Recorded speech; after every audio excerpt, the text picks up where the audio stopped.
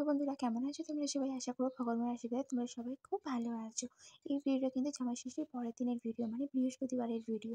আর বৃহস্পতিবার মানেই হচ্ছে বাড়ির গৃহিণীদের অনেকটা কাজ থাকে।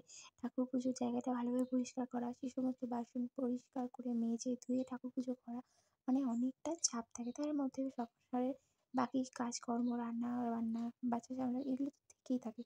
তো যাই হোক, আমিও কিন্তু ভোরবেলা উঠে পড়েছি, ওই জন্য আজকে অনেকটা তাড়াতাড়ি। এখন বাজে হচ্ছে ওই হবে 4:30 এরকম। 4:30-র সময় উঠে কিন্তু বাসি যা কাজকর্ম থাকে সেগুলোকে কমপ্লিট করে নিয়েছি। এদিকে দেখো, আমি চাটা বসিয়ে দিয়েছি, তার সাথে ডালটাও সিদ্ধ বসিয়ে দিলাম।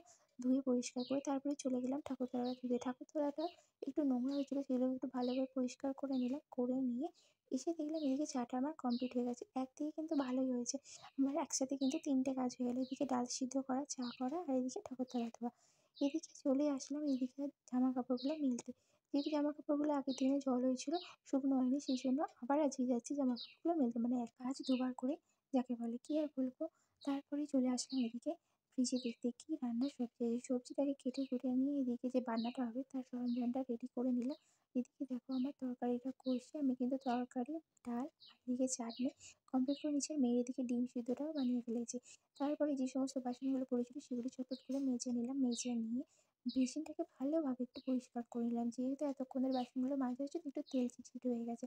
তারপরে বোতল দুটোকে ভালোভাবে পরিষ্কার করে নিলাম, বোতল দুটো না অনেকটা নোংরা হয়েছিল। এদিকে দেখো বোতলগুলো পরিষ্কার করে বেসিনটা ফের ভালোভাবে ধুয়ে আমি এদিকে রান্নাঘরটা আর এদিকে গ্যাসের ওভেনটা ভালো করে মুছে নিয়ে তড়কা যেটা করেছিলাম সেটা, আর এদিকে রুটিটা করে শ্বশুরমশাইকে চলে আসলাম মেয়েকে খাওয়াতে। মেয়েকে খাবারটা খাওয়াতে বসছি, মেয়ে দেখো আমার নিজে নিজেই খাবার বলছে, মানে আমাকে আর 2 দিন পরে ওকে খাইয়ে দিতে হবে না, অনেক বড় হয়ে গেছে। তারপরেই আমি নিজে খেয়ে নিয়েছি, যেহেতু ওষুধ খেতে হবে সেই জন্য একটা টিফিনে কমপ্লিট করে নিয়েছি। নিয়ে আগের দিনে যে সমস্ত জামা কাপড়গুলো ছিল সেগুলোকে ছাদে গেলাম তুলতে। এদিকে জামা কাপড়গুলো সমস্ত কমপ্লিট করে নিয়েছি তোলা। তারপর নিচে এসে স্নানটা করে নিয়েছি আমি, আর মেয়েকেও স্নান করিয়ে দিয়েছি। দিয়ে মেয়েকে চেঞ্জ করিয়ে দিয়ে ভালোভাবে রেডি করিয়ে দিয়ে আমি চলে আসলাম ঠাকুর পুজোর সমস্ত বাসনগুলো দুটো ঘরে মাজতে। এদিকে দেখো ঠাকুর পুজোর বাসনগুলো কিন্তু আমি যে মাজি তেঁতুল দিয়ে বা অন্য কিছু দিয়ে মাজি না, আমি মাজি কাঁচা আমকে জলের মধ্যে চুবিয়ে রোদ্দুরের মধ্যে রেখে দেওয়া হয়, সেটা যখন অনেকটা পাতলা পাতলা টাইপের হয়ে যায় সেটা দিয়ে বাসনটা মাজি। বাসনগুলো কিন্তু সত্যি ভীষণই পরিষ্কার হয়। আমি আগে ভাবতাম যে এরকমভাবে আবার বাসন পরিষ্কার হয়, কিন্তু যেই থেকে মাজতে শুরু করেছি দেখলাম হ্যাঁ, বাসনগুলো সত্যিই ভীষণই পরিষ্কার হয়, যেন মনে হয় তেঁতুল দিয়ে মাজা হয়েছে। এদিকে দেখো বাসনগুলো সমস্তগুলো মেজে নিয়ে আমি ধুয়ে নিলাম। তার সাথে কিন্তু বোতলটা একটু নোংরা হয়েছিল, এই বোতলটাতে ঠাকুরের খাবার জল রাখা হয়, আমি কিন্তু কলের জলে দিই। আর এদিকে দেখো সেগুলোকে ভালোভাবে যাই হোক পরিষ্কার করে ধুয়ে নিয়ে যে জায়গাটা নোংরা হয়ে গেছিলো বাসন মেজে সেই জায়গাটা ভালোভাবে ধুয়ে নিলাম। আর এই হচ্ছে আমার বাসন মাজা কমপ্লিট হয়ে গেছে। এদিকে দুটো ঘরের পুজো করতে কিন্তু আমি চলে আসলাম। অবশেষে দেখছি আমার পুজো করা কিন্তু কমপ্লিট হয়ে গেছে দুটো ঘরেরই। তারপরে নিজে একটু ফ্রেশ হলাম, কারণ জামাটা পুরো ভিজে গিয়েছিল, এত গরম আর কি বলবো, তখনও তো বৃষ্টি হয়নি।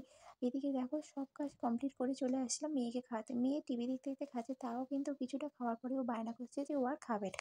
বাচ্চা মানেই তো বায়না করবে, তাই ওকে খাবারটা খাইয়ে দিয়ে নিজেও খেয়ে দিয়ে কিছুটা রেস্ট নিয়ে সন্ধ্যেবেলা সমস্ত রুটি তরকারি কমপ্লিট করে বড়মাসের কাছ থেকে বাড়ি আসার পরে চলে এসেছিলাম ফার্নিচারের দোকানে। ফার্নিচারের কেনা দোকানে এসেছি, কী নিতে এসেছি সেগুলো কিন্তু তোমাদের সাথে শেয়ার করবো পরের ব্লগে। মানে এই জিনিসটা কিন্তু যাবে আমার বাড়িতে হচ্ছে যেদিন দর্শক ভরা আছে সেই দিনকে। এদিকে দেখো বরমশাইকে ফার্নিচারের মেয়ের এত ভিডিও করলাম, আমি নিজে একটু আয়না আছে, আয়নার সামনে দাঁড়াবো না, তাই আমি একটু আয়নার সামনে দাঁড়িয়ে পড়লাম। আর এদিকে মেয়ে দেখো কত অঙ্কি ভঙ্গি করছে। যাই হোক, এইভাবে কিন্তু বৃহস্পতিবারটা সকাল থেকে সন্ধ্যে অবধি কাটিয়ে ফেললাম আর তোমাদের জানালাম টাটা।